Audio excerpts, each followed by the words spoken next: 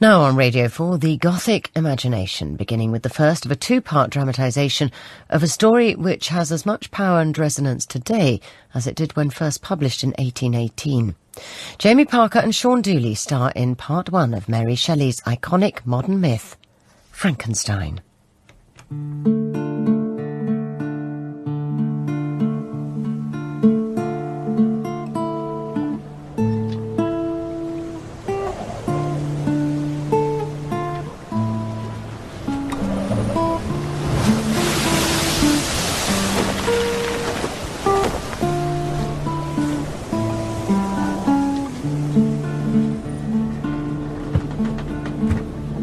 My dearest sister, I don't know if you will ever receive these letters I write, but the nightly task has kept me sane for so long I cannot stop. You would not recognise me, Margaret. I have endured cold, famine, thirst and want of sleep. I have aged from the fresh-faced boy who left England so long ago. My men respect me, but a captain of a ship can never have friends, and so I suffer alone with my daydreams and fears. They have become fervent and vivid through want of expression.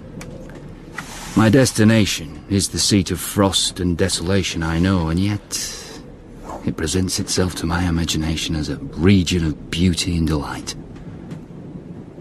Oh, Margaret, you may think me mad, but out here on the edge of the known world, there is something at work inside me. There is something at work in my soul that I do not understand. Come. I'm sorry to disturb you, sir. Strange events have taken place over the last few days that I can barely bring myself to document. What is it? The lieutenant sent me, sir. I'm busy. Ice, sir. Spotted from the forecastle deck and the main topmast.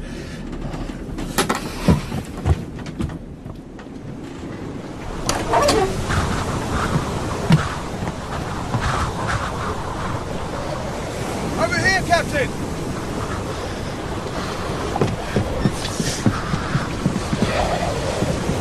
The telescope, Lieutenant. Our passage ahead is blocked. And we shall sail around it. Impossible, sir. It has closed us in on all sides. Stern, bow, port and starboard. When a passage opens, we shall continue north. Tell the men to hold their nerve. Captain! There's a sighting port side!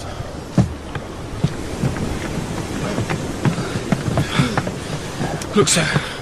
A dark shape moving off a mile ends. Yes. I see it. It is a man, Captain. Running across the ice. Impossible. Hundreds of miles from the land. Look at the size of him. It's a trick of the light.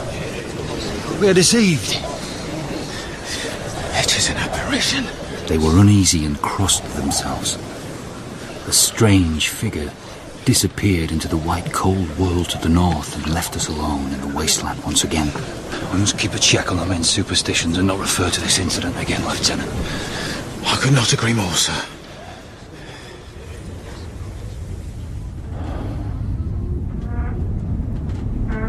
That night, I had strange dreams, and I awoke to the low moaning of the ice breaking beneath the wooden keel.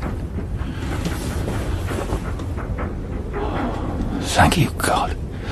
You have delivered us. What's this?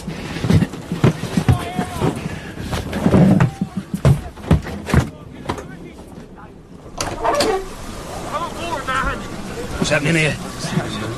Half my men were leaning over the port side main deck, so occupied they did not hear me. The night was still, and a universe of stars shone down on us. Someone speak to me. A man, sir. Half dead. He's drifted on an ice sheet out of the darkness. I looked overboard with them and saw a sledge with a haggard figure on board. The dogs lay dead around him. He was emaciated with fatigue and suffering. He did not move, but his eyes burnt with a passion. He won't come aboard. Who are you, sir? My name is Victor Frankenstein. You are on the brink of death, Mr. Frankenstein. You must come aboard. I travel alone. You don't understand. We are your only hope of survival. You cannot save me. Deprivations have made him lose his mind, Captain. Where are you headed? I am headed to hell. I see. Well, I'm headed to the North Pole. Perhaps it's on your way. If you are headed north, then I shall come aboard. Help him up. Help him up. Bring brandy and blankets. Place him by the galley stove. He was suffering a raging fever. Afraid we would lose him, I had him taken to my cabin instead. After many hours of rest, he was recovered enough to speak a little. What is this place? You were in my cabin. You were but moments from death when we found you. Oh, my dogs died one by one. And yet you lived, which is a miracle. Why have you come so far up on the ice, Mr. Frankenstein? To seek one who fled from me. Who? A demon. You are still with fever, I believe. You are frightened. You've seen him. I've seen no demons. Tell me. We saw a figure the day before we found you. Where? Headed north. He disappeared. We've not seen him since. I must be on deck to watch for him. You are too ill to stand. I have to end this nightmare. Why do you talk this way? What has happened to you? He fell silent. He had a noble face that must once have been handsome before it was ravaged by misery. Alone as I had been in spirit for so many years, I dearly wished to be his friend. What is your name? Robert Walton. And you are the captain of this ship? Yes. I'm charting the unknown regions. Talk to me, Captain Walton. I fear if I sleep now, I will never awake. I began to talk about my expedition. I told him everything. I gave utterance to the burning ardour of my soul. The sympathy in his eyes kept me talking long into the night. He never interrupted and listened attentively throughout, but when I had finished, a dark gloom spread across his features. You believe one man's life or death is a small price to pay for the acquirement of knowledge. Of course. You do not know of what you speak. You're an educated man like myself. I'm sure you agree that it's only through our dominion over the natural world that we can further our race. So you share my madness? I don't understand your meaning. Have you too drunk the intoxicating draught? Hear me.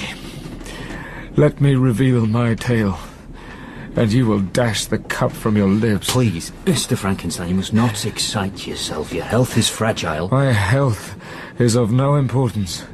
Soon I will die, and rest at last.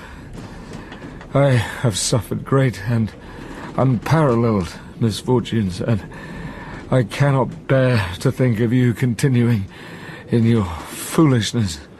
You think you can change my mind on my life's work, sir? I must try.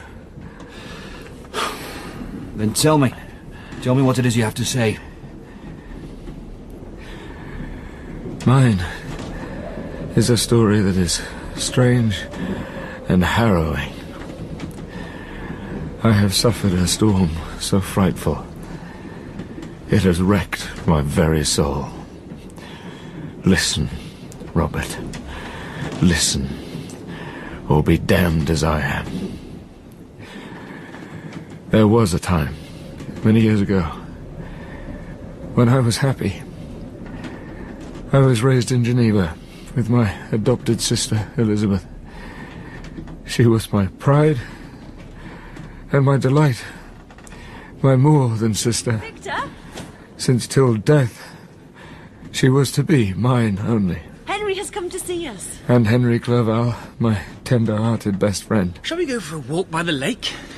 I'm studying. Oh, but it's a glorious day. Justine and William are coming too. Justine, a young ward of my parents, also lived with us. And at the centre of this large, happy family was my infant brother William. He was no more than a toddler and was cherished by all. I'm busy. The sun will have to wait.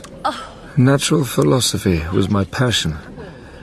I devoured the works of Cornelius Agrippa, Paracelsus, and Albertus Magnus. The wild fancies of these long-dead alchemists, magicians, and Kabbalists captured my adolescent heart. I let no one and nothing come in the way of my studies. You work so hard, Victor. One day you'll be a very rich man. I'm not interested in wealth. That is an inferior object. I am interested in discovering the elixir of life. There is no such thing. I will find it, Elizabeth, and I will banish disease from the human frame and render man invulnerable. You are indeed brave and brilliant. Now, put down your books and come out with us. Come on. My childhood came to a brutal end on a close and stifling night at the end of August. I had left my sweltering bedchamber to take some air in our large gardens. It was a relief to feel the rain on my skin, and I lay still, looking up at the sky as the downpour drenched me. Victor! What are you doing? Come back inside!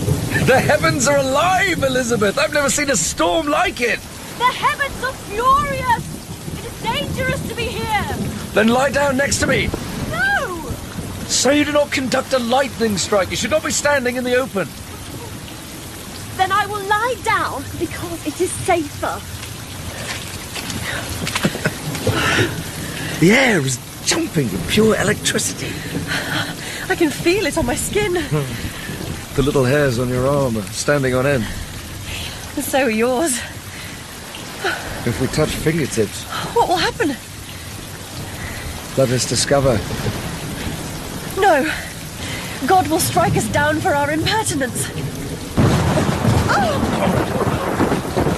Back to the house! The lightning had hit the huge old oak tree in the garden. As the rain dampened the flames, we saw that nothing remained but a blasted stump. I had never beheld anything so destroyed. Oh, you're safe under the porch. You all right? I hate you, Victor. You nearly killed me. We're still alive. And I'm telling you, I hate you. I watched Elizabeth. She looked more beautiful than I had ever noticed before. No, you don't. No, I don't. My darling. I must return to my room, and you to yours. Yes. In my excitement, I did not see that storm for what it was. An omen. But Elizabeth, always so much more sensitive to the meanings of things than I, was disturbed by it. Somehow she felt the darkness it foretold, even though she could not name it. In the quiet hours of the next morning, that darkness arrived early and without warning. It awoke me from my innocent slumber. Someone! Please! Help me! Victor! What's going on? Father, what has happened? Your mother is sick. You must ride for the doctor immediately. I will get dressed. There's no time. Go in your bedclothes. She can't be so ill. She was well yesterday. Please! Just go! I rode out with just a cloak over my bedclothes and returned with the doctor. Soon after the sun had risen, we were all sitting at my mother's bedside. She looked pale and her breathing was light. Then the doctor named the darkness. I'm afraid your wife has scarlet fever. Oh, my love. But you can make her well. I fear not.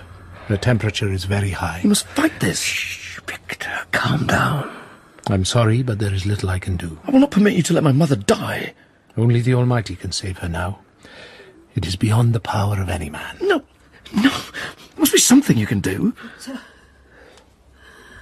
quiet yourself. Mother, I'm sorry. Elizabeth. I am here, Aunt. My children. I will be gone from this earth soon. No. I need you to hear what I have to say. We are listening, Mother. I have known, since you joined our family as an infant, Elizabeth, that the two of you are soulmates.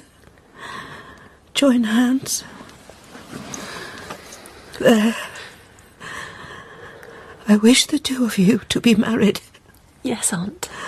And you must look after baby William as if he is your own child. He is my darling boy, and does not deserve to lose his mother so young. I shall do so. You will be happy. I know you will be happy.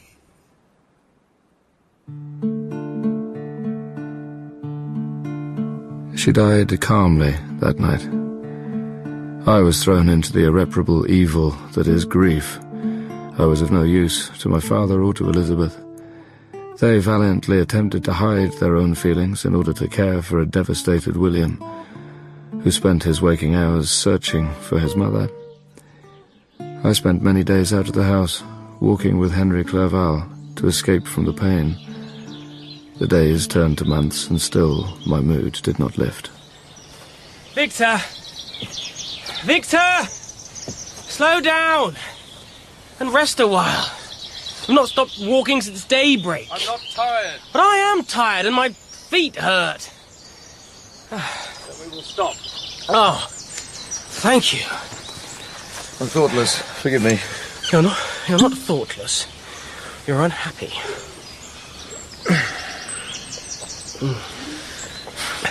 I have to leave this place, Henry.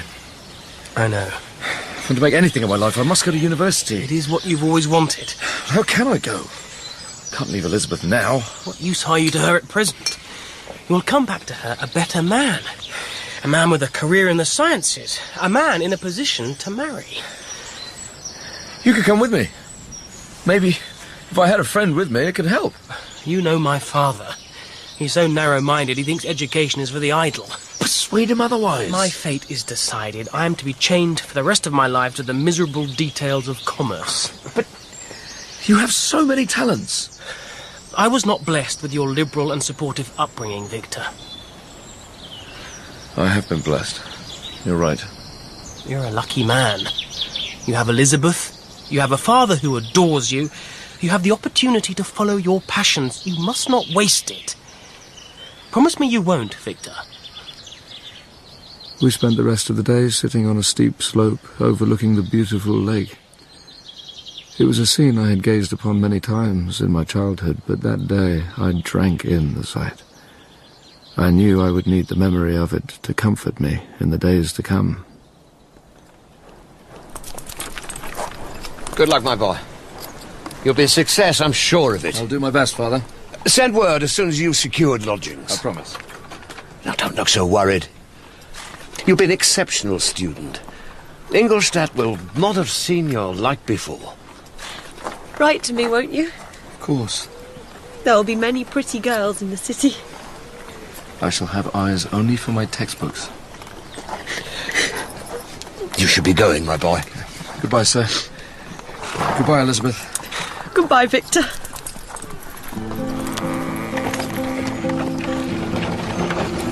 Remember to write to me! I could not bear to look back at Elizabeth's face as the carriage pulled away, in case my resolve was weakened. I was alone now. I must from this point on be strong, be my own protector and form my own friendships. My only comfort was that I was going to one of the great seats of learning of our world. The acquisition of knowledge was my most ardent desire. This was to be a new beginning. Welcome to the Department of the Natural Sciences at Ingolstadt University. My name is Waldman, Professor of Chemistry, and I am here to guide you through the foothills of scientific knowledge. You are among the brightest young minds in Europe. If you are not, then you would not be here in this lecture hall today. I sat alone at the very back of the hall, enraptured. You are about to begin a journey, one that will take more than your lifetime to complete.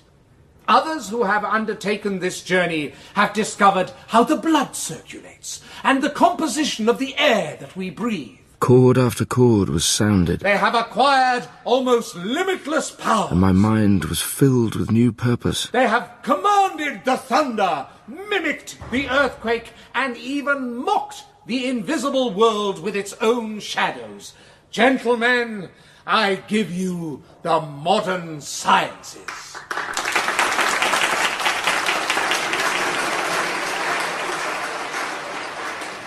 Thank you for seeing me, sir. I'm delighted to meet you. Your lecture was very inspiring. That is a good start, Herr Frankenstein. So, tell me, how are you adapting to life as a scholar? I am utterly devoted to it. And what is the extent of your ambition? Ultimately, I intend to unfold to the world the deepest mysteries of creation. You like a challenge. However, your lecture today has entirely changed my approach. In what way? My interest in science was inspired by ancient masters such as Cornelius Agrippa and Paracelsus, men who sought immortality, men with grand visions. Until I heard you speak, I regarded the most modern scientists as pygmies by comparison. Oh, dear. Have you really spent your time studying such nonsense? You do not approve? Those ideas are 1,000 years old. They are exploded systems. Metals cannot be transmuted, and there is no elixir of life. I've disappointed you. No. Don't be downhearted, my boy. You are right that those pioneers you speak of dug the foundations on which we now build the world. The labours of men of genius, even when completely misdirected, rarely fail to be to the advantage of mankind. I would be most grateful if you would advise me as to which books I ought to procure. I shall do that and more. Would you like to see my laboratory? Very much. Come this way. I admire your enthusiasm, and your letters of recommendation make it clear that you have tremendous ability. If you can match that with total dedication, you will go far. Perhaps you will even get close to achieving your lofty ambitions. I shall start my journey by following you. I am happy to have a disciple. Let me introduce you to the world of chemistry.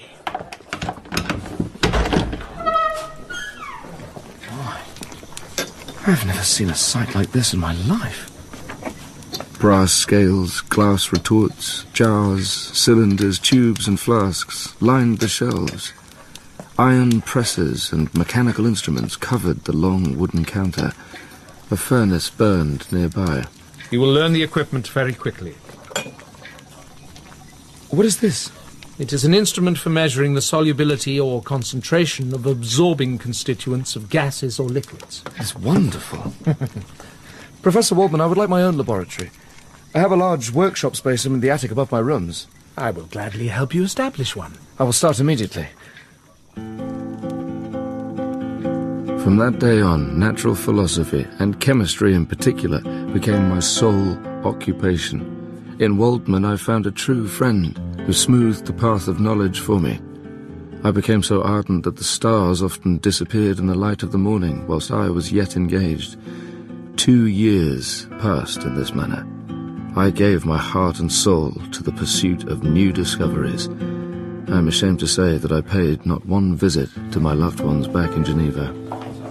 Herr Frankenstein, wait a moment. Is something wrong? I have seen little of you these last few months. I've been working very hard. Yes, and your progress continues to be remarkable. A student is only as good as the professors who teach him. If only that were true. You will soon surpass me. The name of Frankenstein is known at the Sorbonne and in Cambridge. I think that it is now time that Ingolstadt gave you to the world. I am not ready to go at present, sir. Do not limit yourself, Victor. You are destined for greatness. I am engaged on some research that I would be loath to abandon. Tell me more. I would rather not say at this moment. If the experiment is already in progress, then leave it to one of the undergraduates to manage. This is not something I would entrust to an undergraduate. There is no logic in exhausting yourself. I have to go. Victor! Did you not hear me? I think you are working too hard. I must return to my studies, Professor. What was your research? I shall never tell another living soul. For what reason? Learned from my example. The acquirement of knowledge is a mortally dangerous thing. How is mankind to progress without it? It is possible to know too much. I am the living proof of that hypothesis. I have to disagree. I think you're a remarkable man. I'm in awe of you. No, Robert. What is wrong? You are so mistaken. Then make me understand you, Mr. Frankenstein. What happened to you? My continual thirst for discovery placed an incredible power within my hands. What exactly was that power?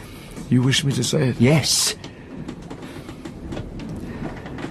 I became capable of bestowing animation upon lifeless matter. What do you mean? I discovered the secret of creation. You could create life in a laboratory? It's impossible.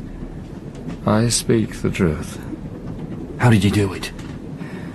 Be content with your ignorance. Allow me a glimpse, at least. I began with a question. Whence do the principles of life proceed? I concluded that to examine the causes of life, we must first have recourse to death.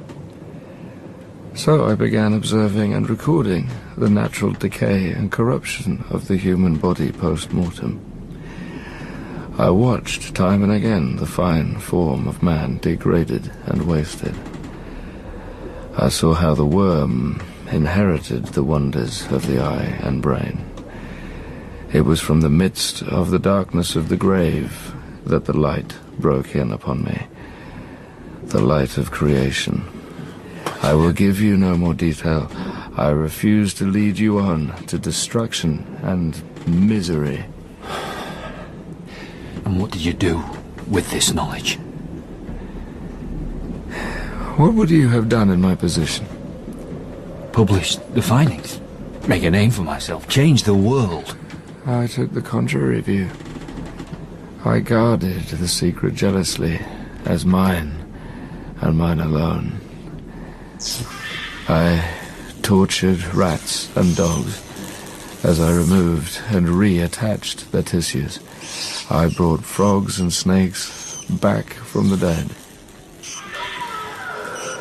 An idea was taking shape in my fevered mind, which bore me onwards like a hurricane. A magnificent and terrible idea. What was it? I would create a human being. No. And in time, a new species of man. They would be happy and perfect creatures and bring light to this dark world. They would bless me as their creator. No father in history could claim the gratitude of his child, as I should deserve theirs. Under the cover of darkness, I began the grisly task of collecting my materials.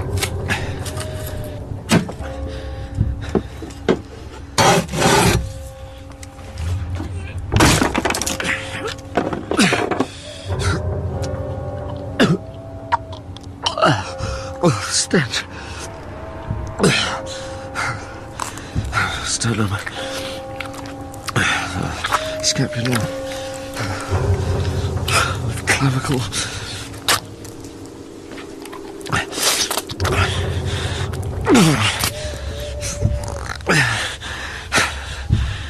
I need teeth. Where's my hammer? Only I know the horrors of my secret toil. I and the moon, gazing down on my midnight labours. I dabbled among the unhallowed damps of the grave. The dissecting room and the slaughterhouse furnished many of my requirements: fibres, muscles, veins, and fluids. I collected bones from charnel houses and disturbed with profane fingers the tremendous secrets of the human frame. At the top of the house, in a solitary cell, I kept my workshop of filthy creation. Winter, spring, and summer passed, but I was engrossed in my occupation, and the leaves of that year withered as my work drew towards its conclusion. Victor! Are you in there? Give me some signal that you are alive, or I will be forced to break the door down.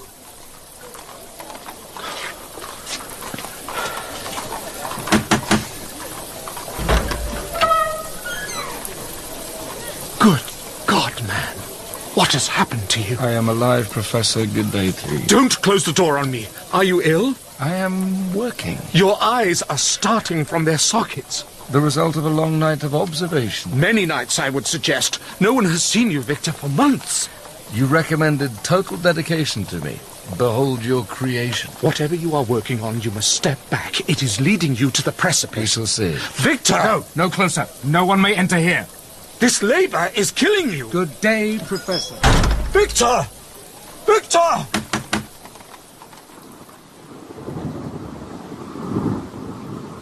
It was on that dreary night of November that I beheld the accomplishment of my toils.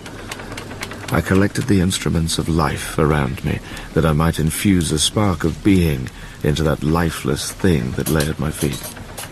I had made him of gigantic stature, about 8 feet in height. His limbs were in proportion, and I had selected his features as beautiful. I had worked hard for 2 years. I had deprived myself of rest and health. But the moment had arrived. The culmination of it all. Now work. I beg you. Work!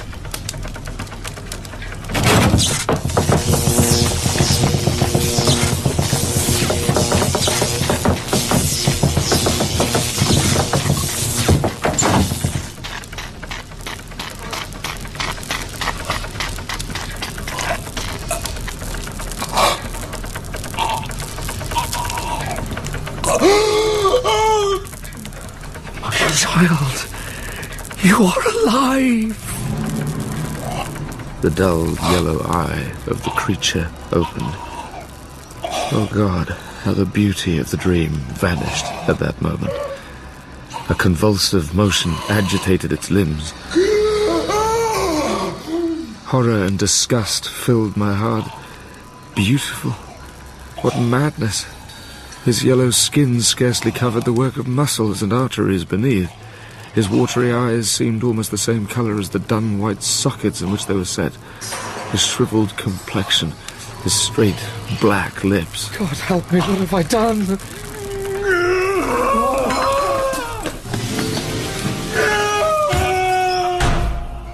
I could not endure the countenance of the creature I had created. I paced the floor. I did not know what to do. I threw myself onto my bed and wept. My strength left me. Sleep overcame my wasted body for the first time in what seemed like weeks. A sleep disturbed by the wildest dreams. Victor, I have ached for you. Hold me. Elizabeth, I love you. I love you too, Victor. As I imprinted the first kiss upon her lips, they became livid with the hue of death. Her features seemed to change. I love you, Victor. It was the corpse of my dead mother I held in my arms. Do you love me? Grave worms piercing the pallid parchment of her skin. Save me, Victor. I awoke. A cold dew covered my forehead. My teeth chattered. The room was dimly lit by the pale yellow light of the moon, forcing its way through the shutters. Who goes there? No. In that light, I beheld the wretch. The miserable monster I had created was gazing down upon me. He was naked, shivering, and unsteady on his feet. I saw that the mud of the grave still stained his crudely stitched-together flesh. What do you want from me? Get back! Demon! Get back!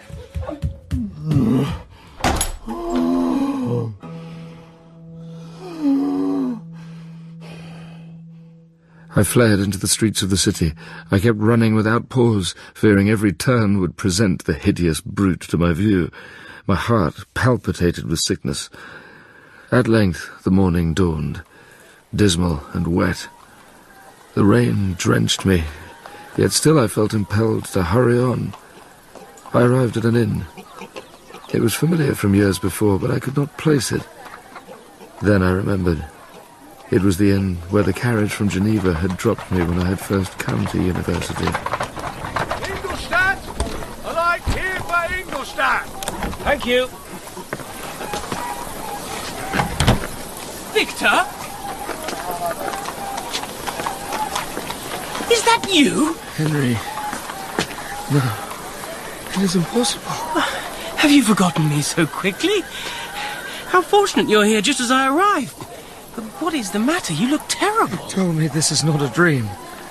It is a dream in a way. I persuaded my father that there is more to human endeavour than the noble art of bookkeeping. I'm enrolled at the university. Henry, words cannot express how glad I am to see you. How is my father and Elizabeth? Very well. If a little uneasy that they hear from you so seldom. Are you unwell? I'm in the bloom of health. You cannot lie to your oldest friend. You look thin and pale and, forgive me, unkempt. I've been so engaged with the task lately that I have not allowed myself sufficient rest. Well, I am new here in town and I have nowhere to go.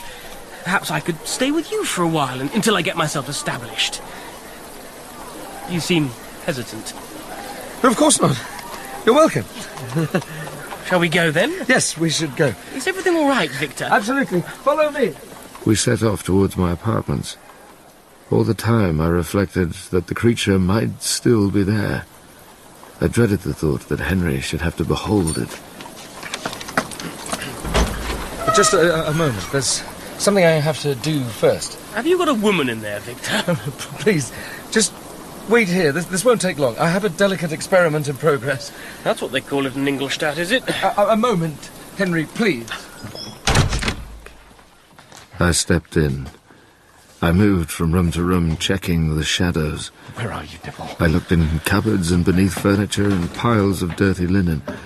I opened long closed curtains in case he lurked behind them. There was no sign of him. Thank you. My enemy indeed had fled. Thank you. Come in, my friend. All is well. You must be very glad to see the back of that. What is that foul stench? Has something died in here? Make yourself at home. I can set out for breakfast. I'm quite fatigued from my journey. Oh, we must celebrate your arrival. Henry Clerval enrolled at the university. We need champagne. There's an inn not far from here. This is marvellous, absolutely marvellous. Victor, do not laugh in that manner. You have a wildness in your eyes. You are ill. No. Leave me alone. What? He's come back. What are you pointing at? Him. Look. There's nothing there, Victor. Nothing but a blank wall. He returns for me. Henry, please, do not let him come close. Of course not. I will keep you safe. Save me. Henry, I beg of you. Save me. Victor? Oh.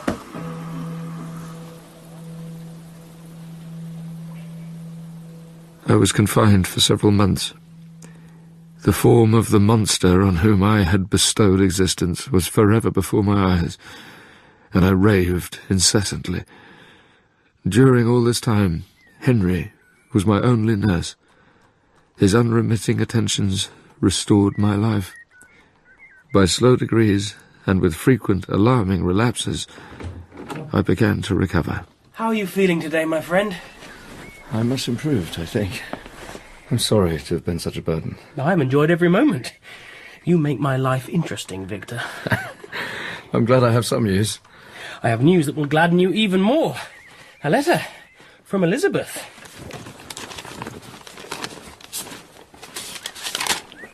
My dearest cousin, you have been ill, very ill.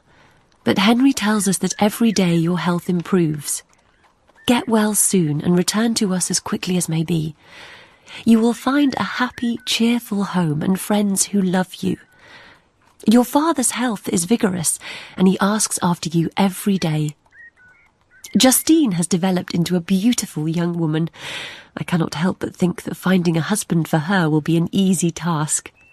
We spend much of our time together. I must also say a few words about darling William. He is very tall for his age, with sweet laughing eyes and dimples.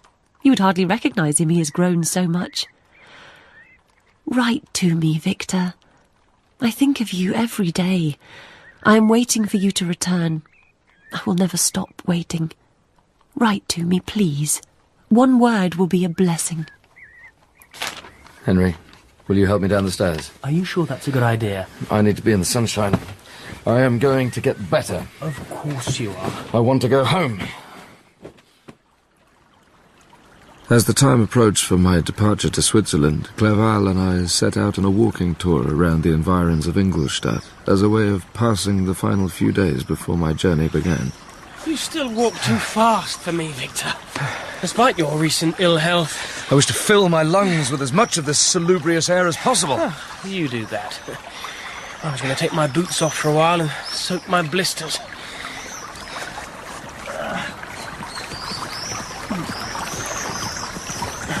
Who can that be? Victor! Henry! It's Professor Waldman. What does he want? You cannot prevail upon me to stay, Professor. Wait! I am finished with the sciences. You need not have come all the way out here into the hills for me to tell you that. Is everything all right, Professor? We've come out here to get away from the university. We weren't expecting it to be following us. I have grave news. What is it? Victor, your father sent word from Geneva. I'm sorry to be the one to have to inform you, but your brother William has passed away. William? Oh, Victor. How? The circumstances are not entirely clear from your father's brief communication, but it would appear that he has been murdered. Oh, God. That lovely child? Murdered? I must go instantly to Geneva. Professor Waldman, would you be kind enough to allow me to borrow your horse? Take him. I'm sure Mr. Clerval will guide me back. Go well, Victor, and convey my deepest sympathies to your father and Elizabeth. Your father's message said that a letter containing more details was to follow. It should have arrived at your lodgings by the time you return.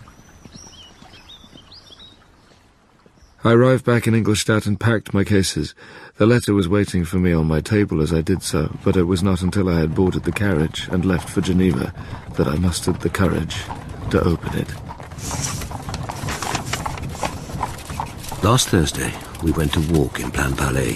The evening was warm and serene, and we prolonged our walk further than usual. It was almost dusk when we discovered that William was nowhere to be found.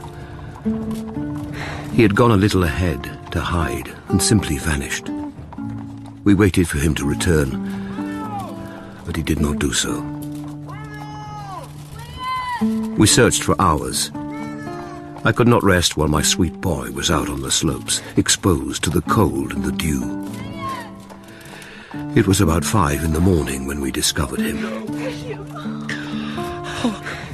He was stretched on a patch of grass, livid and motionless. The print of the murderer's finger was on his neck. Oh, my poor sweet brother. Come home. You alone can console Elizabeth. She weeps constantly, believing herself to be the cause of William's death. She had allowed him to wear an expensive miniature of your mother that she possessed. The picture was nowhere to be found on poor William's body, and was doubtless the temptation that urged the murderer to the deed.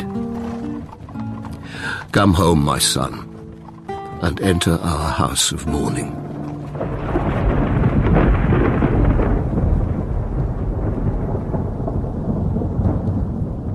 It was completely dark when I arrived in the environs of my home city, and the gates were already shut. I was forced to stay the night at an inn in Secheron, a village half a league away. However, I was too restless to stay in my room. I wouldn't be heading out now if I were you, sir. There's a storm approaching. I cannot sleep. We have a selection of very fine ales to ease the passage of the night. If I wanted to get to Plan Palais, how could I do so? Now? Yes, now. You won't be able to go through the town. The gates are closed. I'm aware of that. You'd have to row there across the lake. You have a boat? Yes, although I don't normally hire it out to guests. Name your price.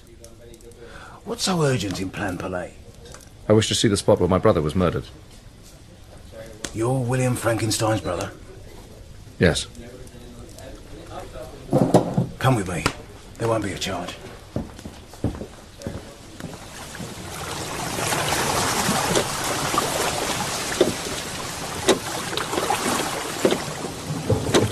During the short journey across the water, I saw the lightning playing on the summit of Mont Blanc in the most beautiful figures.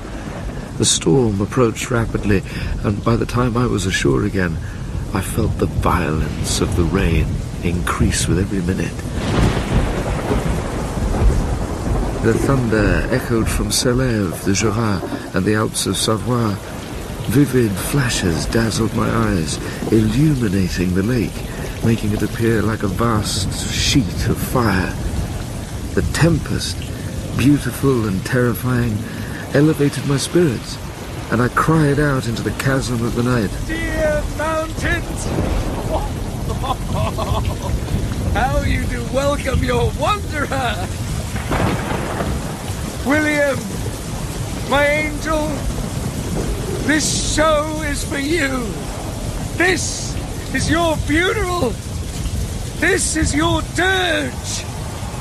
As I said these words, I perceived in the gloom a figure in the distance. I gazed intently, and a flash of lightning discovered its shape plainly to me. Its gigantic stature and the deformity of its aspect could not be mistaken.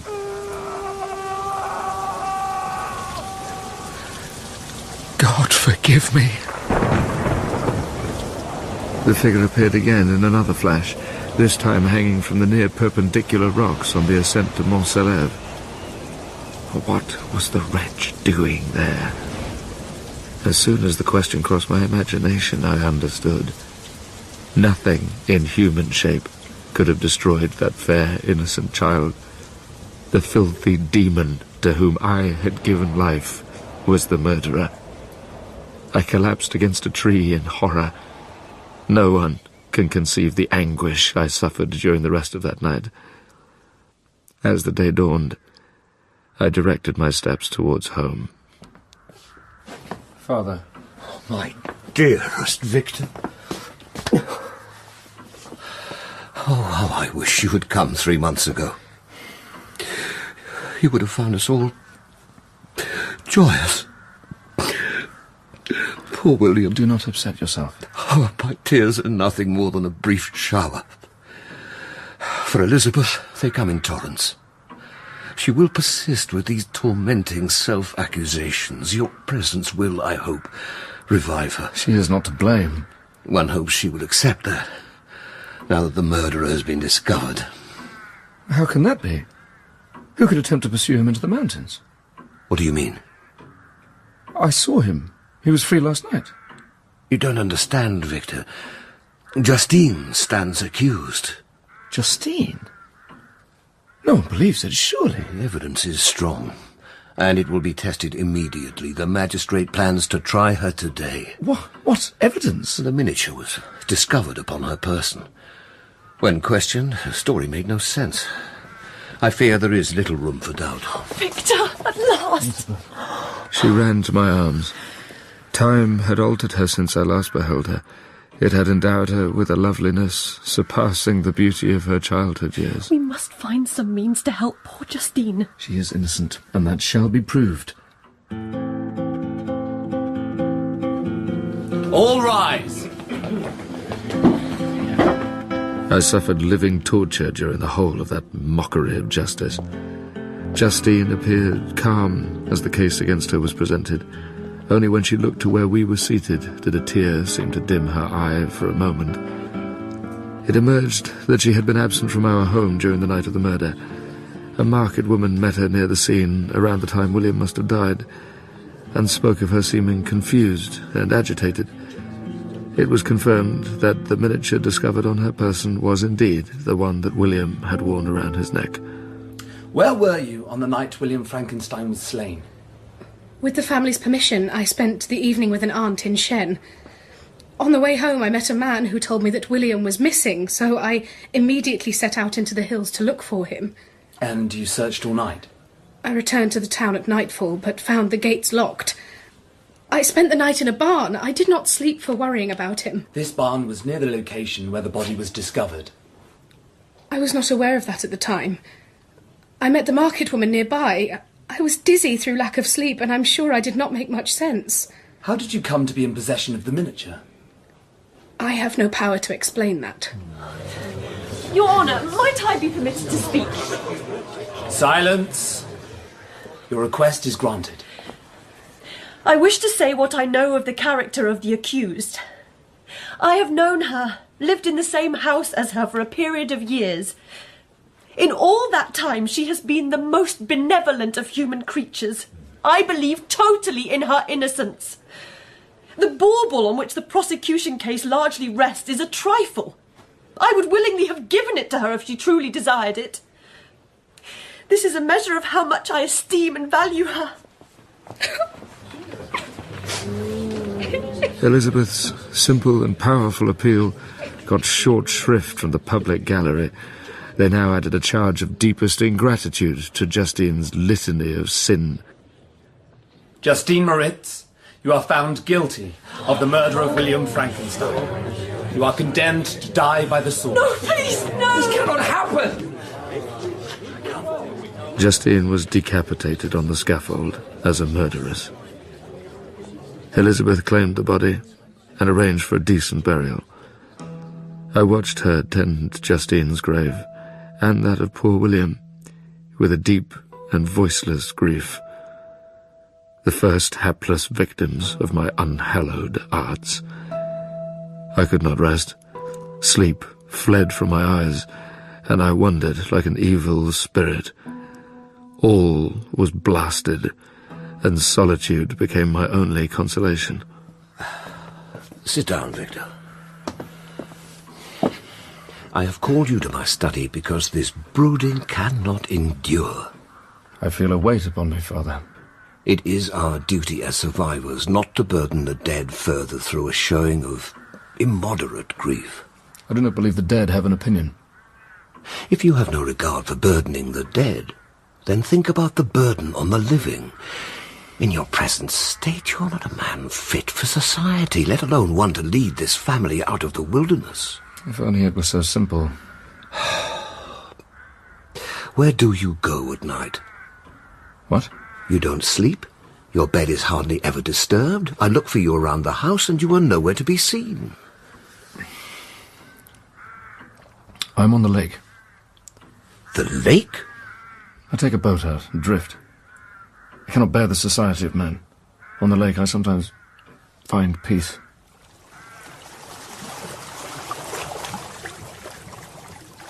I passed many hours on the water.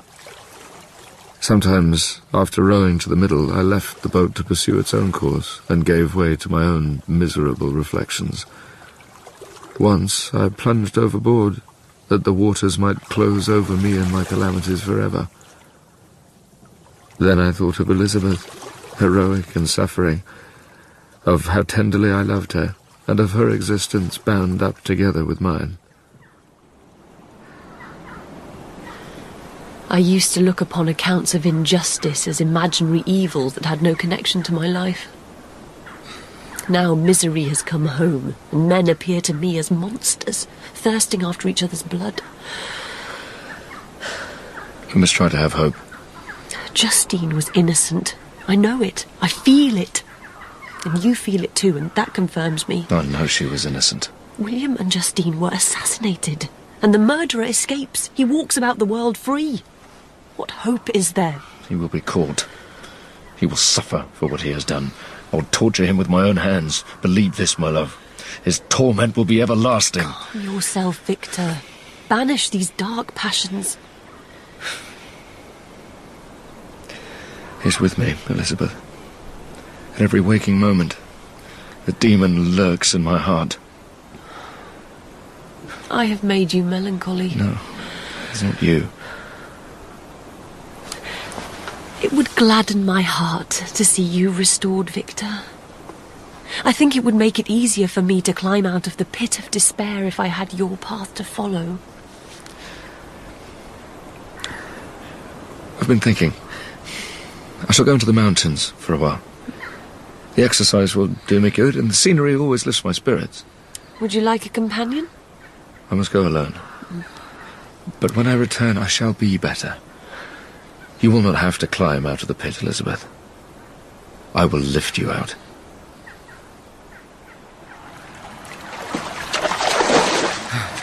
I spent many weeks walking.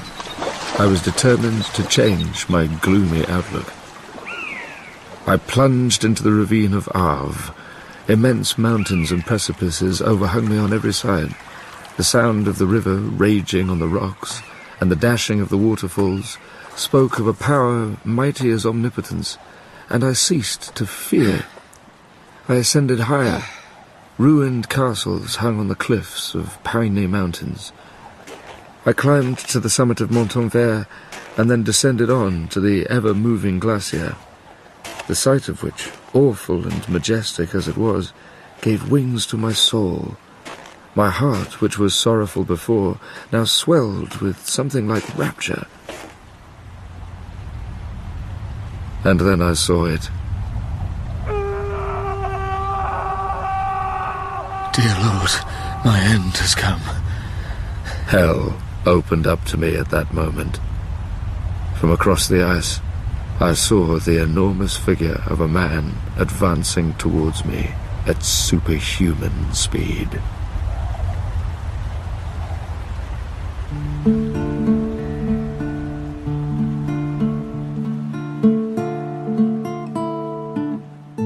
In Part 1 of Frankenstein by Mary Shelley, Frankenstein was played by Jamie Parker and the monster by Shaun Dooley. Walton was Alan Raglan, Elizabeth, Susie Riddell, Frankenstein's father, Robert Blythe, and Professor Waldman was Patrick Brennan. Frankenstein's mother was Christine Absalom, Justine, Emma Hook, and the sailors were Joe Sims and Don Gillet. Frankenstein was dramatised by Lucy Catherine, the guitar was played by Colin Guthrie, and the director was Mark Beebe.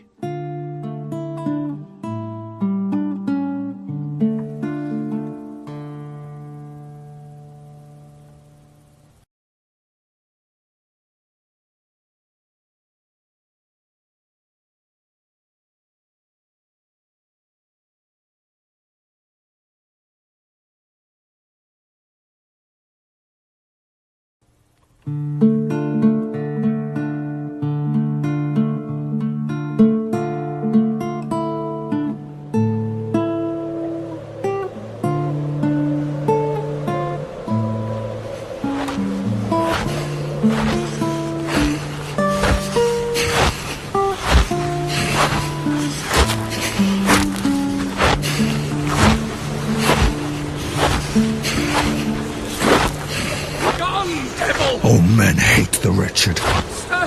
Fiend! Do not dare approach me! Why then must I be hated, who am miserable beyond all living things? The tortures of hell are too mild a vengeance for your crimes! I am the fallen angel, driven from joy for no misdeed. Come closer, and I will kill you!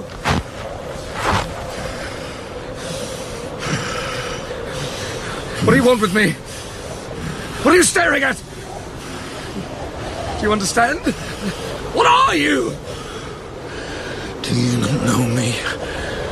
Frankenstein. I know that you are a perpetrator of evil. I am your child. Oh, cursed be the day that you first saw light. Cursed be these hands that formed you. Do your duty by me, and I will do mine towards you and the rest of mankind. You make demands of me? If you agree to my conditions, I will leave you at peace.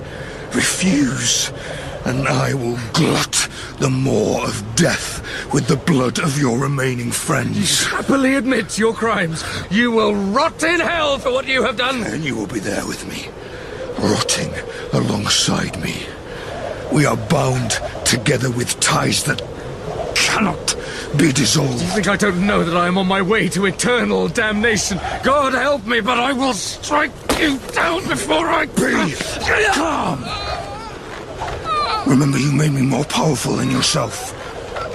Release me! I beg you to listen. There can be no community between us. We are enemies. Kill me, go on. God knows I deserve to die. I will not set myself in opposition to you. You're my natural lord and king. What do you want? For you to listen. To hear your confession, you murderer. Do your duty. I owe you nothing. I am your creature!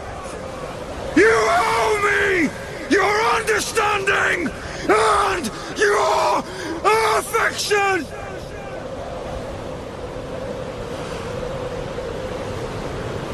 Once, my soul glowed with love and benevolence. I was good then. Misery made me a fiend. I will not hear you. Would your conscience allow you to destroy your own creature without giving him the chance to testify? You have killed those dearest to me in cold blood. Speak not to me of conscience. Human laws allow men to speak in their own defense. Hear me before you reach your verdict. I will kill you or die trying. You may rest assured of that.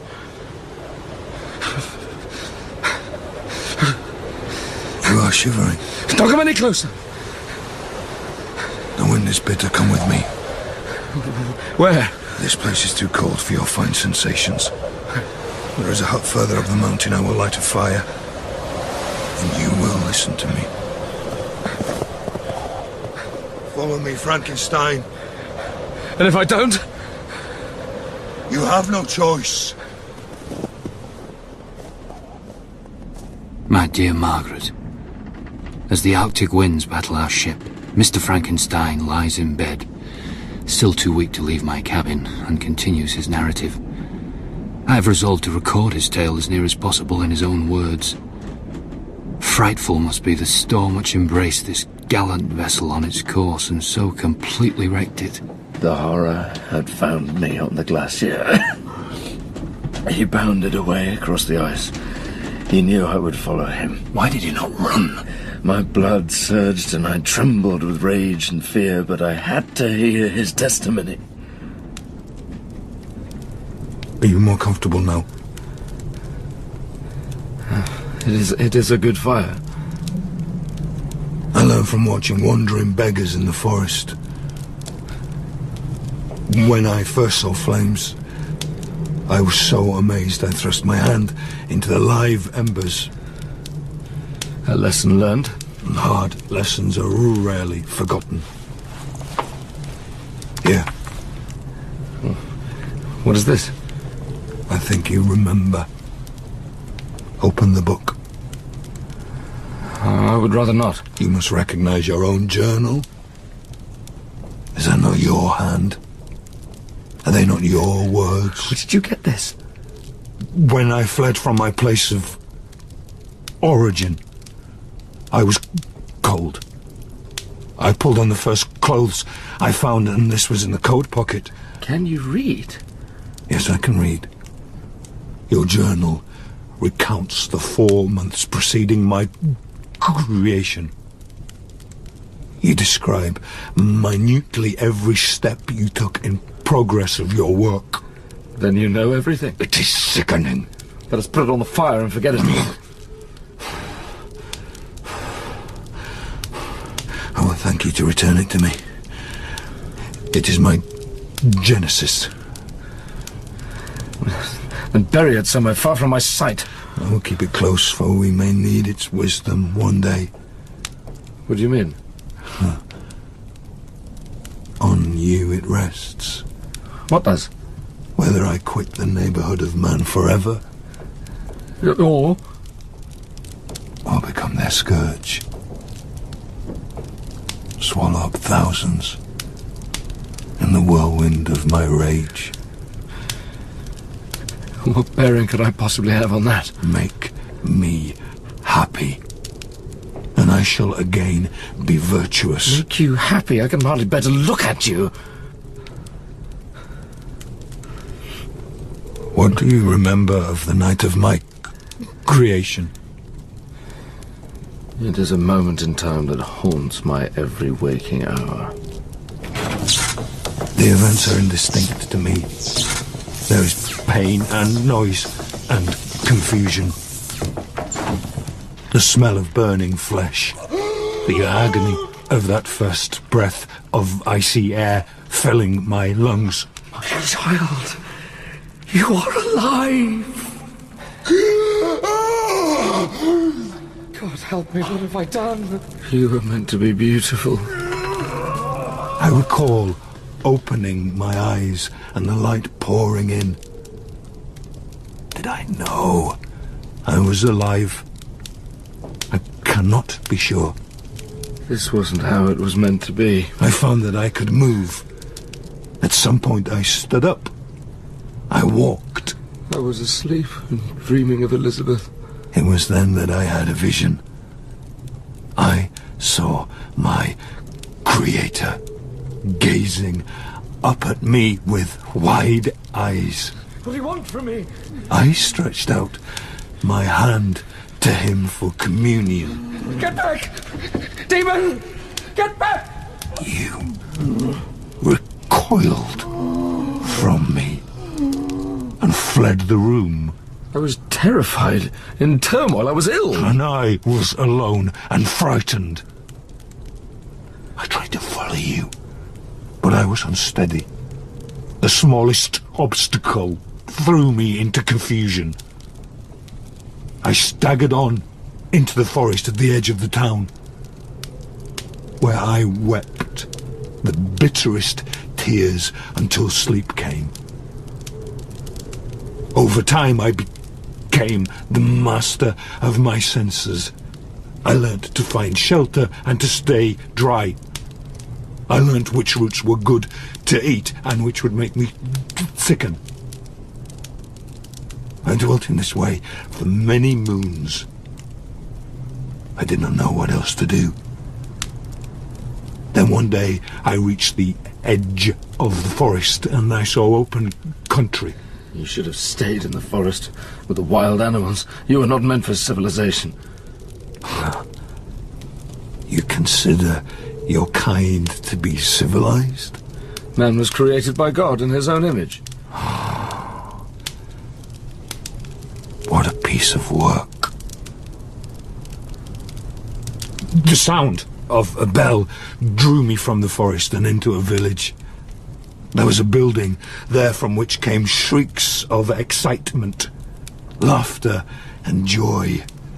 I longed to be a part of it. Stepping through the door, I entered a room full of children. The children screamed. Their masters attacked me. If I had not outrun them, I would have been killed. They thought you were some devil come from hell. The devil was of their own making and yours. So none of this is your responsibility? Should I not hate them who hate me? You frightened them. They had the right to defend themselves. What of me? Was I not frightened? Was I not bewildered and alone? I meant no harm.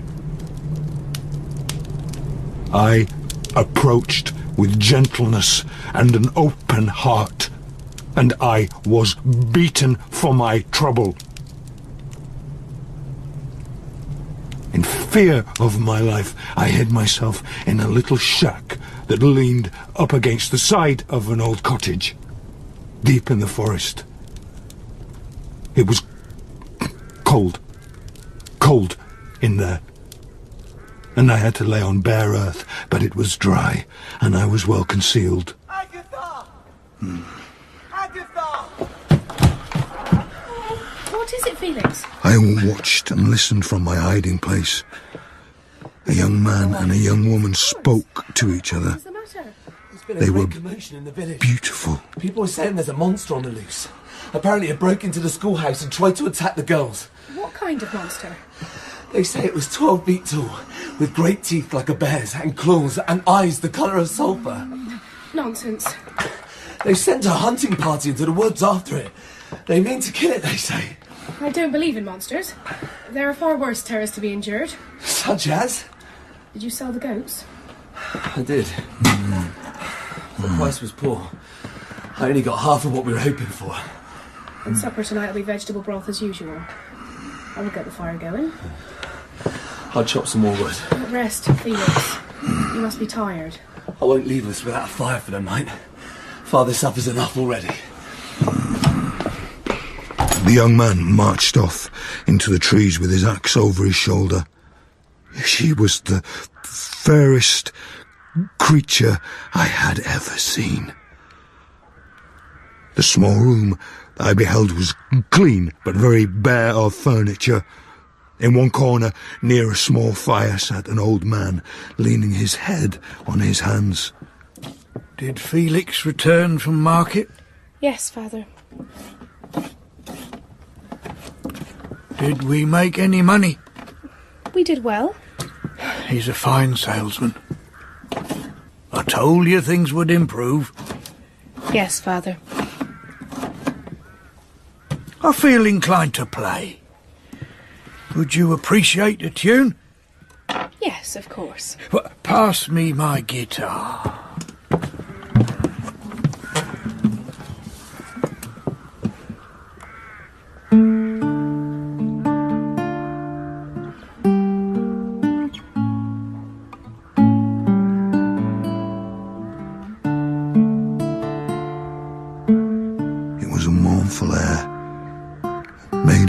Sounds sweeter than the voice of the thrush or the nightingale.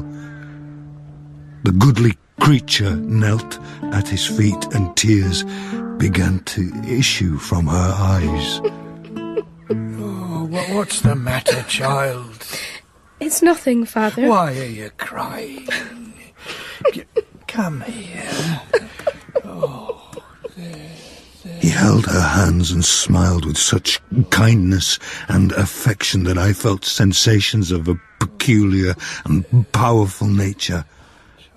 They were a mixture of pleasure and pain such as I had never experienced before. I had found myself a home. I watched them undetected every day for a very long time. I listened to their words, and while they slept, I repeated them. Hungry. Thus, I began to master the intricacies of human speech. Cold. Will you read to me, Felix? What would you like to hear this evening? Milton. The old man was blind. Felix read aloud to him every night. Of man's first disobedience, and the fruit of that forbidden tree whose mortal taste brought death into the world, and all our woe. With loss of Eden... I heard Felix read many books as the time went on, but none excited deeper feelings in me than Paradise Lost. So farewell hope, and with hope farewell fear. Farewell remorse. All good to me is lost. Sometimes I thought myself like Adam, a new being unconnected to any other in the universe. Except Adam was created perfect.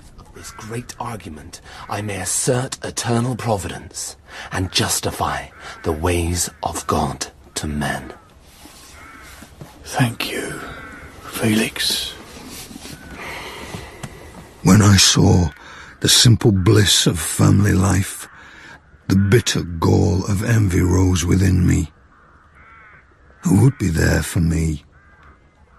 Would anyone take me into their home and feed me, or read me to sleep as I sat in comfort by the fire? Where did I belong? But all was not perfection. Underneath their happiness lurked a melancholy. He's asleep. Pass me his plate. There's still a few crumbs to be had. I think our luck might be changing. What makes you think that? I'm not sure how to explain this. Tell me. I went to the wood store earlier, and it was full. So? It was nearly empty last night. Don't be ridiculous. It's true. I swear. You need to eat more. Lack of food's beginning to unbalance your mind. The path was cleared of snow the night before. Do you think the wood fairies have decided to take on some of your jobs? I'm telling you, it's true. A good spirit has attached itself to us. Our luck is on the turn. You. I thought it might be in my power to restore happiness to these deserving people. As they slept, I would set about such tasks as I could, that I thought might be to their advantage. Why? I had resolved to engineer a meeting that would decide my fate. I imagined thousands of ways of presenting myself to them. And did you expect to be received well? I knew I did not share their perfect form, but I believed that once they saw my gentle nature, they would open their hearts. I looked upon them as superior beings. And were they? There is no such thing. There is only hatred and rage. Are you sure you'll be able to manage, Father? Stop fussing, girl. I planned to make my introduction when the blind old man was alone. Quickly. If I could gain the goodwill and mediation of the father, then I hoped that the children might be persuaded to tolerate me. Make sure you keep the fire going. And now they were leaving for town for the day. Goodbye. Have a good day. Enjoy yourselves.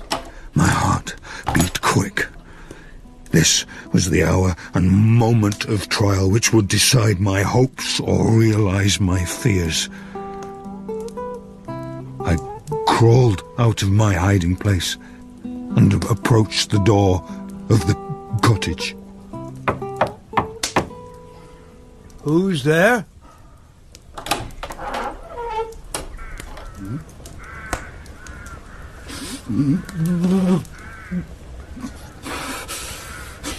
Who is there?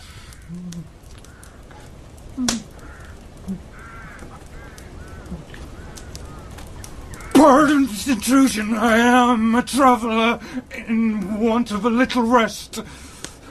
Come in, friend, and I will try to relieve your wants.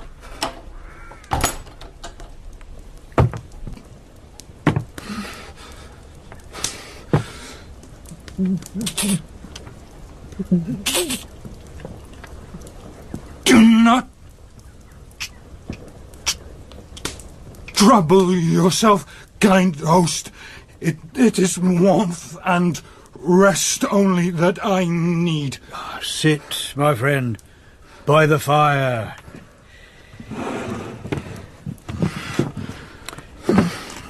We get few visitors so deep in the forest.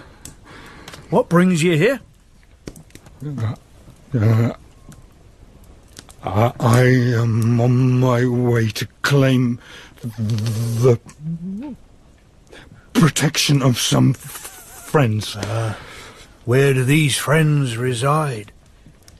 Near this spot. And, if I may ask, why do you seek their protection?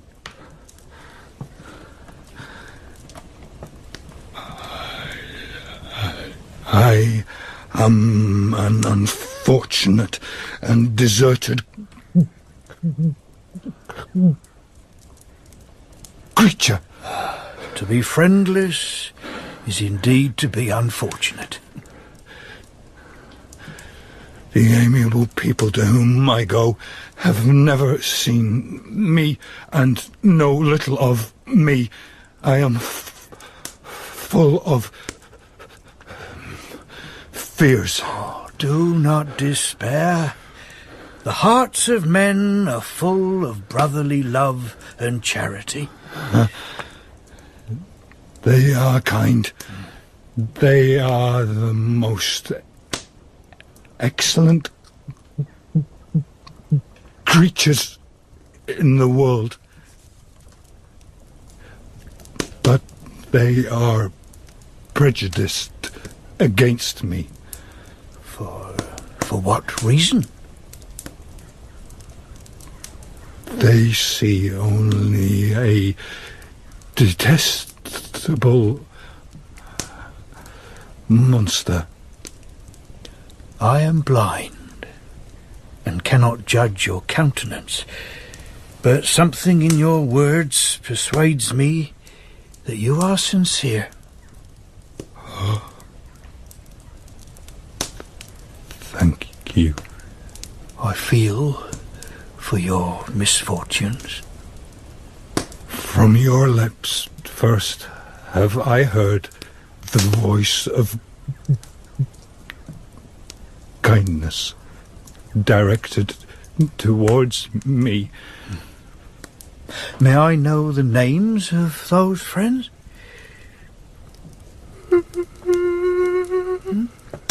Oh, what is it?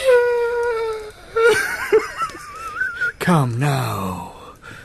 It cannot be so bad. The children are coming back. They must have forgotten something. Save and protect me. No, do not despair. They will be able to help you. You and your family are the friends whom I seek. Do not desert me in the hour of trial. Who are you? What are you doing? Get away from me! Felix struck me violently with a stick. I could have torn him limb from limb, but my heart sunk within me as with bitter sickness. You ran away? Into the woods. I gave vent to my anguish in fearful howlings. The cold stars shone down in mockery. I bore a hell within me. I wished to tear up the trees, spread havoc and destruction, then sit down and enjoy the ruin.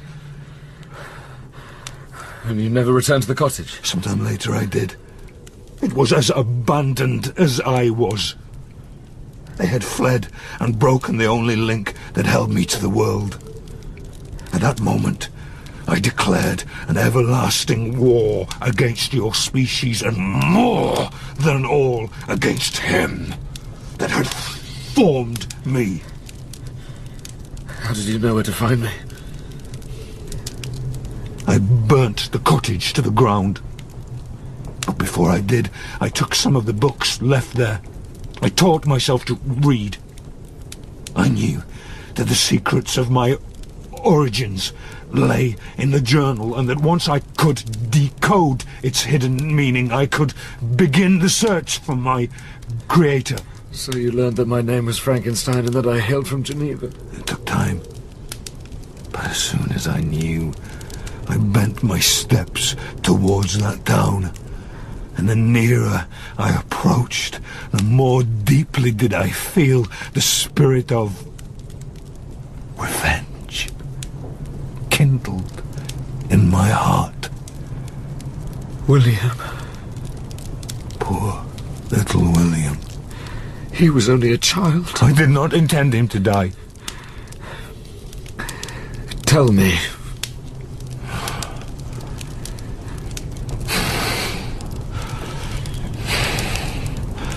It was evening, and I was resting in a thicket just outside the city gates.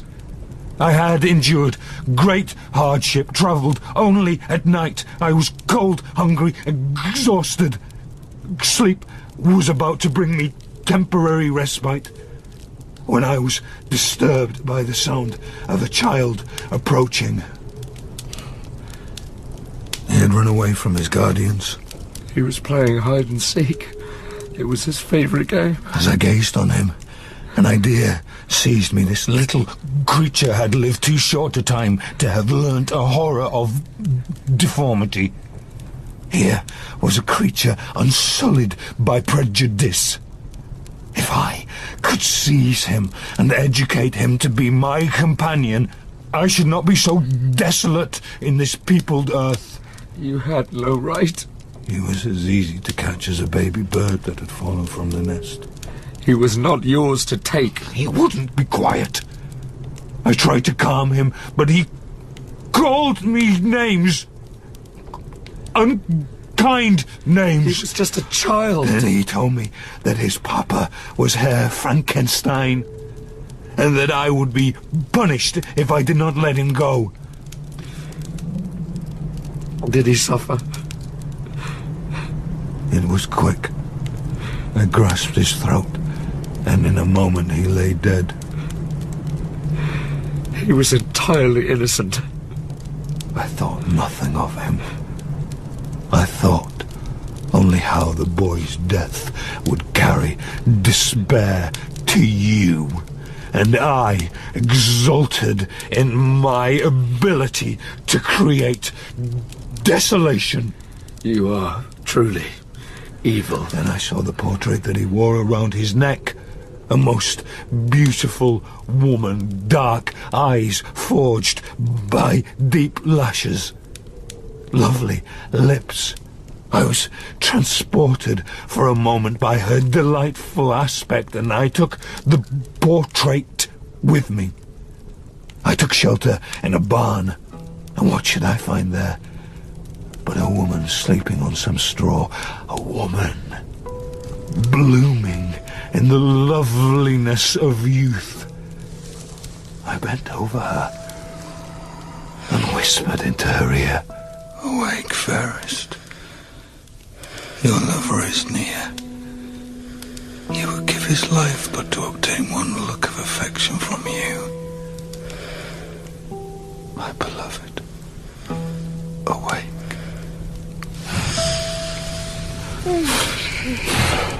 I knew that if she awoke she would curse me and denounce me as the murderer. The fiend stirred within me. She should suffer, not I. Let her bear the punishment. You left the portrait with her. I placed it securely in the folds of her dress. She slumbered on, oblivious. There will be no absolution. Do you understand that? Christ, Creator! Why did I live? I have heard enough of your self-pity. What do you want? You must do something for me. I am consumed by a burning passion that you alone can gratify. There's nothing I can do for you. You are depraved beyond redemption. Create a female for me. What? One as deformed and horrible as myself. She would not deny herself to me. She must be of the same species and have the same defects. Never. I will not. And no torture will ever extort consent from me. Torture may not move you, but you are a man of science, so listen to reason. I am malicious because I am miserable, shunned and hated by mankind. Yet I cannot exist in total isolation. I need only one creature to feel benevolence towards me. Creator, make me happy. Give me a friend and free me from the misery I now feel. I cannot do it. If you consent, neither you nor any human should ever see us again. We will go to the vast wilds of South America. You may head to the wilderness for a while, but you will return. You long for the love and sympathy of mankind, and when you once more fail to get it, you will have a companion to aid you in your task of destruction. I cannot consent to that. I swear to you that I will dwell with my companion away from mankind. I will be peaceful until I die. Please, I beg you.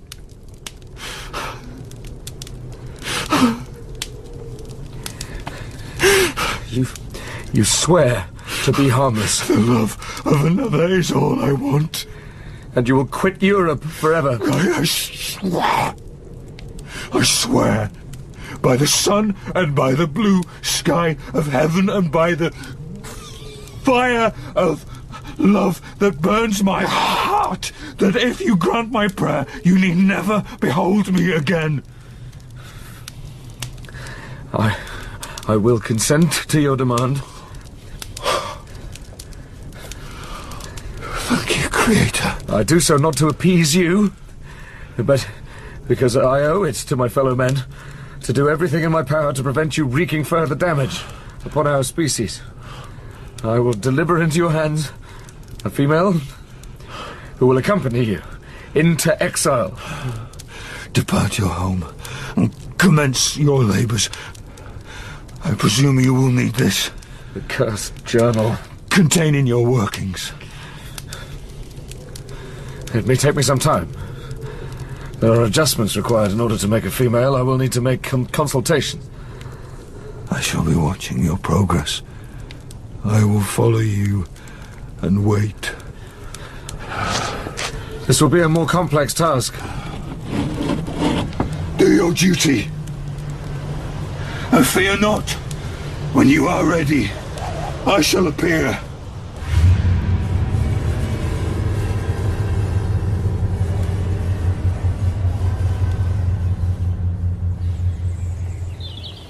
Victor? May I speak with you a moment? Yes, Father. I'm not interrupting. You seem deep in thought. I was recalling my time at university. Mm-hmm. What are you reading? Just some notes I made at Ingolstadt. Oh, it's a welcome sight to see you returning to your former pleasures. I would not describe my studies as pleasures. I know you are unhappy. So you have told me. I have an idea which may help. An idea? A course of action, a new direction. Well? Elizabeth. She has been like a sister to me. But she is not, in fact, your sister. What are you saying, Father? Marry her, Victor. Marry her tomorrow. If only it were that simple. Make us all happy. Elizabeth would be overjoyed. Even you may see life in a more positive light when you're a married man. There is something I must do before we can be joined. What? Complete my studies. Return to Ingolstadt? I shall go to England. There are certain professors and learned men there whose counsel I must seek in order to finish what I have started. I leave in a week. Do you really need to ship all your chemical instruments to London? I must have my equipment with me to finish my task. So I am to bid you another tearful farewell without an explanation? I have to do this. Our future happiness depends on it. Is there nothing I could do to tempt you to change your mind? I am sure you would think of something, which is why I must leave immediately. Then I have a surprise for you. Elizabeth. You may come in now. All aboard for London? Henry. My valise is packed and I'm ready to go. You're coming with me? Henry will be my eyes and ears on your travels. Your one duty, Henry, is to return him safely to me. I shall lay down my life on his behalf. There is no need to go that far.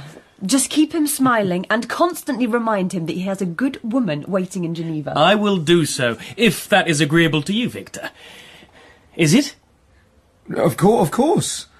It'll be a joy to spend time with you again, my friend. I cannot begin to tell you how excited I am. We shall see the Tower and Westminster Palace. And so we left for London together. Had this journey taken place during my days of happiness, it would have afforded me inexpressible pleasures.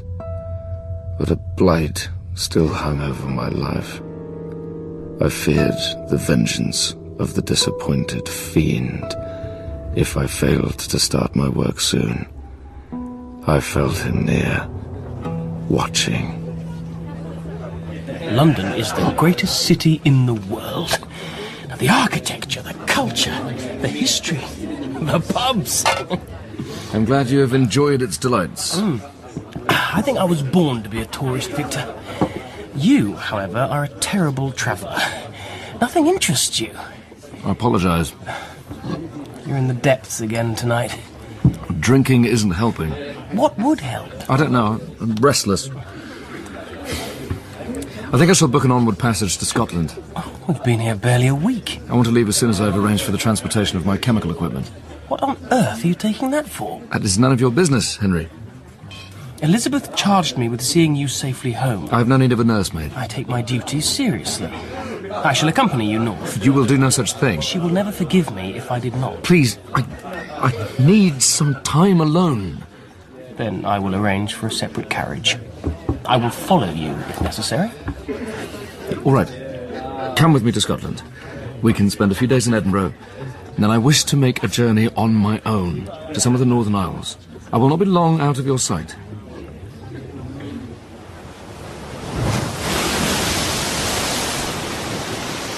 My final destination was one of the remotest of the Orkney Isles. Clerval reluctantly agreed to wait for me in a little harbour town on the mainland. This island was little more than a rock, battered day and night by the roaring Atlantic, populated only by a few scraggy sheep. It was the perfect place for me to complete my endeavours. I set up the laboratory and began the filthy labour. Each night as darkness fell, I rowed the black stretch of ocean to a neighbouring barren island where the local peasants buried their dead. Each night before the dawn, I rowed back with a boat full of rotten human flesh.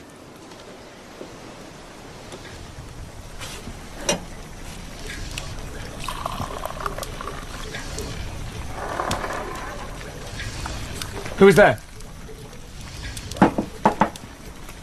None may enter here. Be not afeard, master. So you have been with me from the beginning. Is she ready? Almost. Remove the sheet, let me see her. I will not. I want to see her in her entirety. I have worked on her for weeks and kept her full hideousness hidden from my view.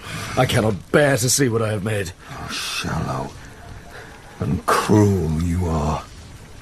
She is my wife to be. Uncover her. I have a right to see her. As you wish. Good God. Oh. She is beautiful. No. She will be your masterpiece. She is an unholy horror. Your opinion is of no importance. Give her life. This is madness. Delay no more. Give her life, I say, and we need never see each other again. It cannot be done. Why? Why? You consulted with the London professors. They provided you with the extra knowledge you said you needed. I cannot do it. I cannot. Yes, you can. You are the only one who can. It was insanity to have agreed in the first place. Rot! Talk to me, Frankenstein. You may have sworn to quit the neighbourhood of man, but she has not. You promised me. I was wrong. I was weak. I should never have listened to you. What are you doing?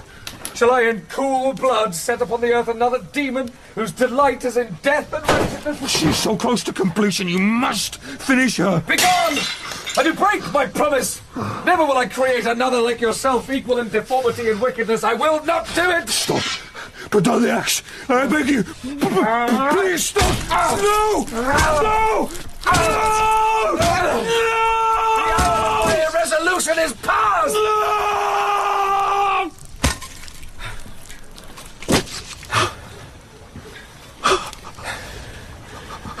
She is no more.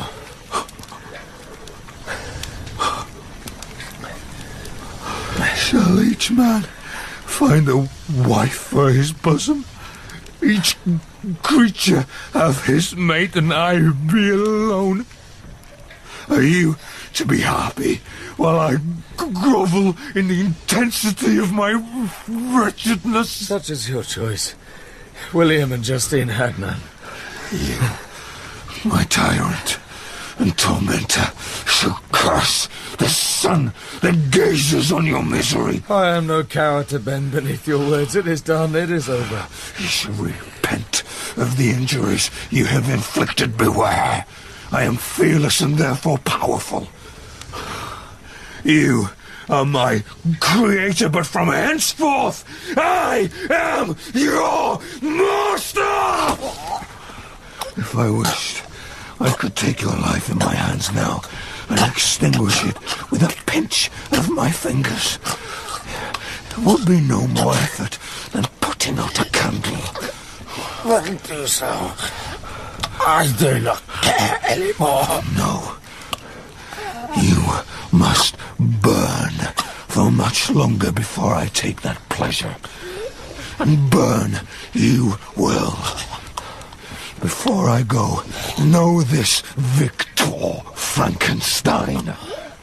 I will be with you on your wedding night.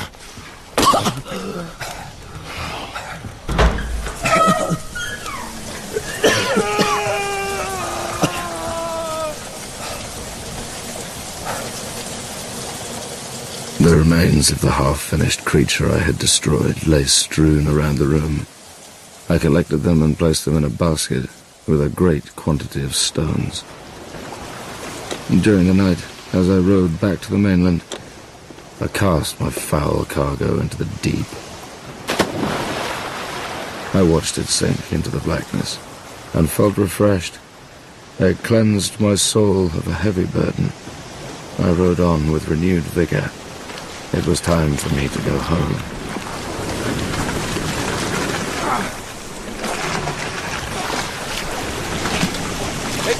Excuse me! Hello? Would you be so kind as to help me pull my boat onto the shore? I will! And when I've done so, I'll expect you to accompany me to a place where you shall give an account of yourself. What? Why should I do that? This is not a free country. Aye, free enough for honest folks. But I am a free man here. If you will not come with me, then I will call my workmates over, and we shall take you by force. Well, where am I to be taken? To the magistrate, to tell what you know about the man I found murdered here last night. The sight of a corpse can be difficult for some. Are you sure you're prepared for this? I am a scientist and no stranger to death. MacLeod, show Mr. Frankenstein the face of the deceased.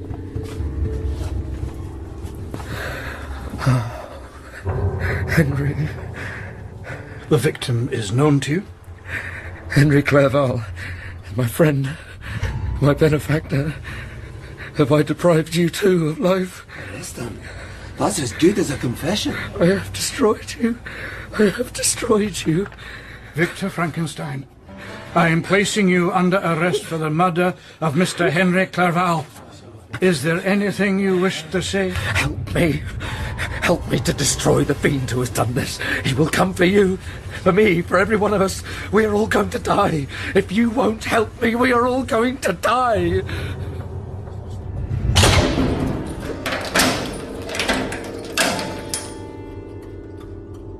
They locked me away as a madman. I was mad. I raved day and night and didn't care whether I lived or died. 6 months of incarceration passed without me noticing.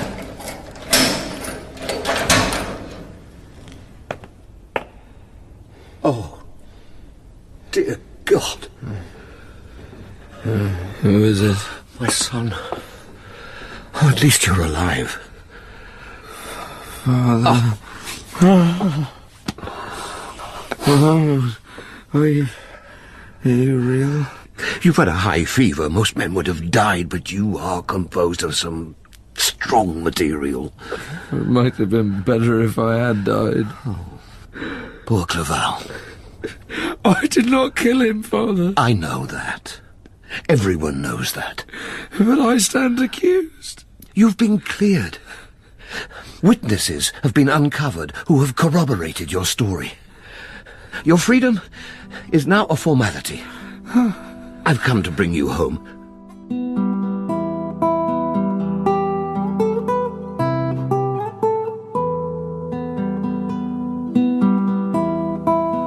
How you must have suffered. I have been away from you too long. Yes. I will never leave your side again. There is something I must ask you. What is it? Do you love another? No. I will not marry you if it is simply a matter of fulfilling your parents' wishes. Chase away these fears. I consecrate my life to you. You really love me still? You alone.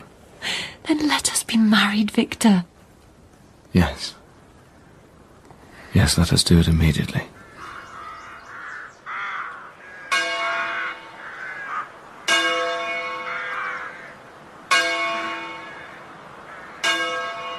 Following a quiet ceremony, we went to a villa overlooking Lake Geneva for our honeymoon night.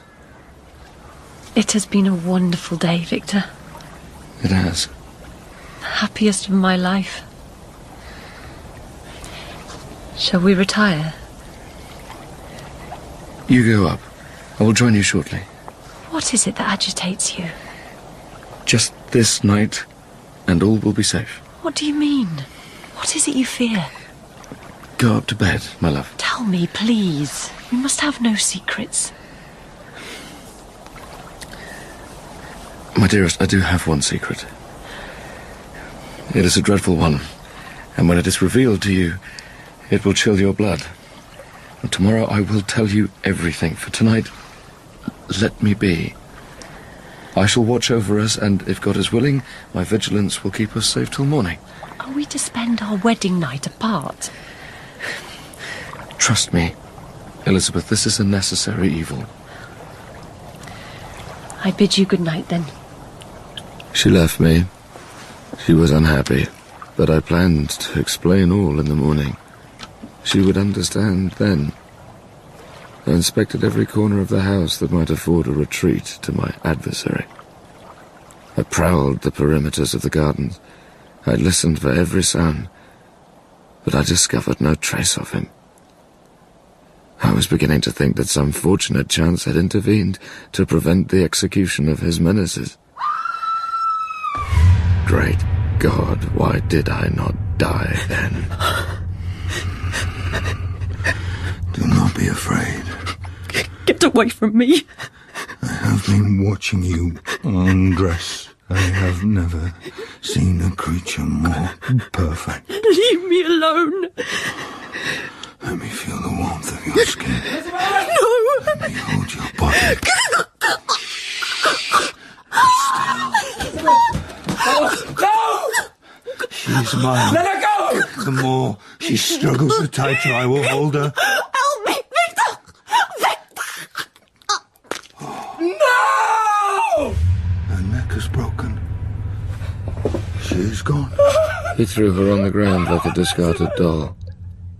I ran to her, but she was lifeless. I embraced her, but she had ceased to be Elizabeth, my life, my love. Now you understand my pain, Frankenstein. Now you suffer like I do.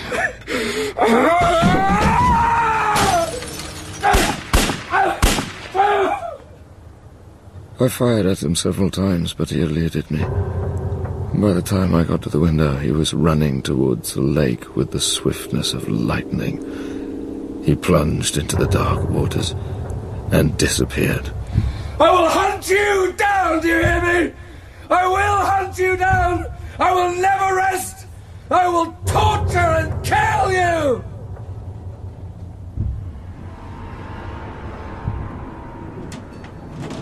I need water.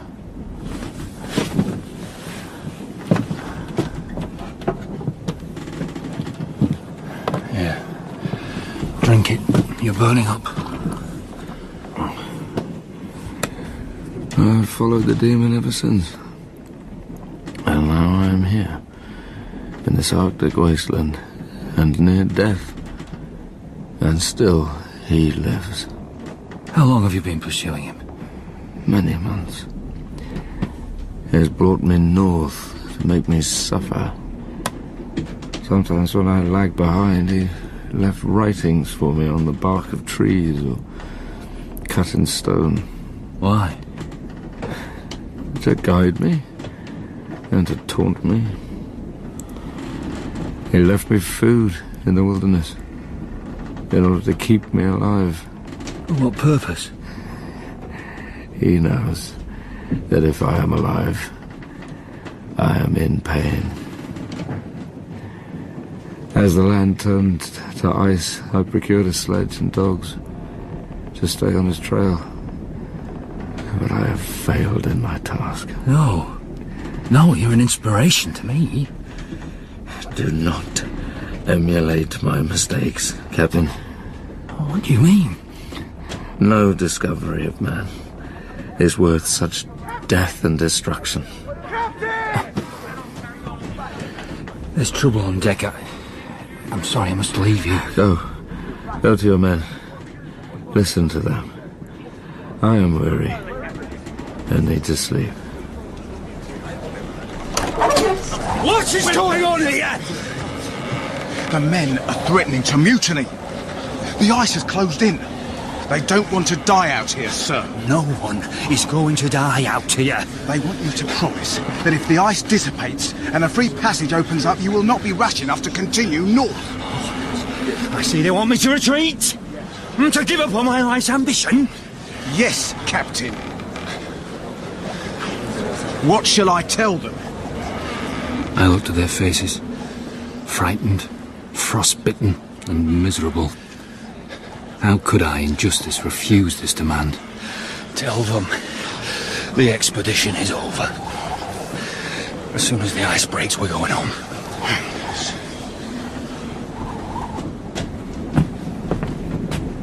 I returned to my cabin, my dreams crushed and my heart filled with disappointment.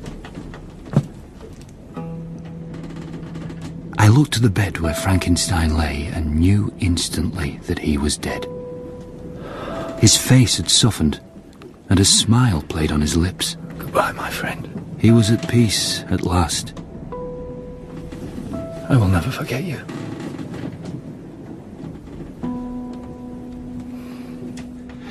That night, I kept vigil over his body. After midnight, I heard the thunder of the ground sea, and I awoke in the chair I had slumbered in. I looked up, and in my horror, saw a huge figure standing over Frankenstein's corpse. Never did I behold a vision so horrible. He is dead.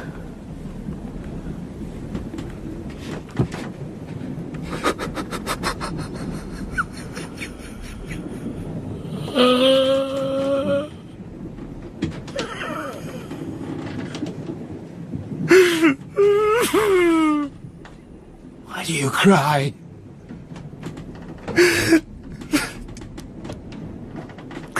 He was my father.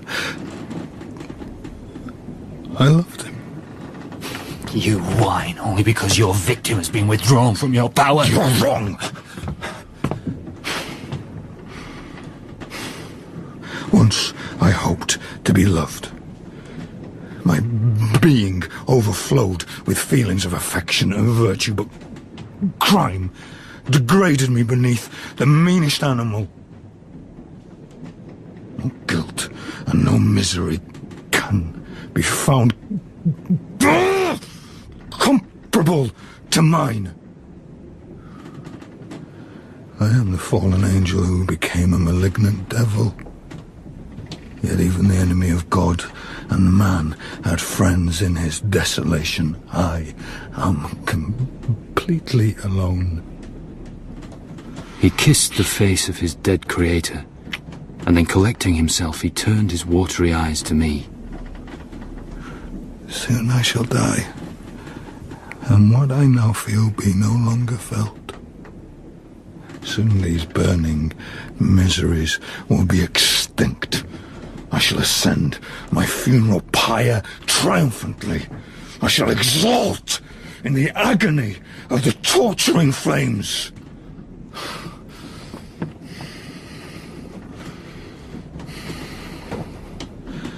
Farewell.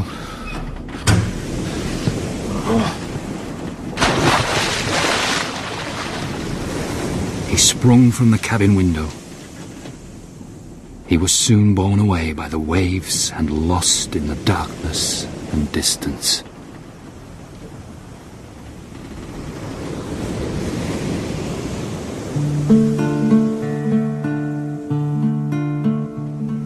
In Part 2 of Frankenstein by Mary Shelley, Frankenstein was played by Jamie Parker and the monster by Shaun Dooley. Walton was Alan Raglan, Clerval, Sam Alexander, Elizabeth, Susie Riddell, Frankenstein's father, Robert Blythe, the old man, Bruce Alexander, Agatha, Emma Hook, Felix, Joe Sims, and the lieutenant was Don Gillet. Frankenstein was dramatised by Lucy Catherine, the guitar was played by Colin Guthrie, and the director was Mark Beebe.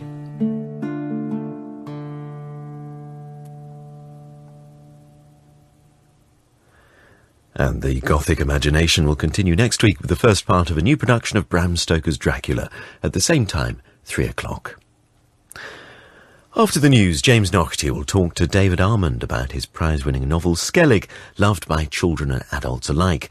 The story of what happens when a Newcastle boy finds a strange man living in the garage of his new home. Book Club, in a couple of minutes.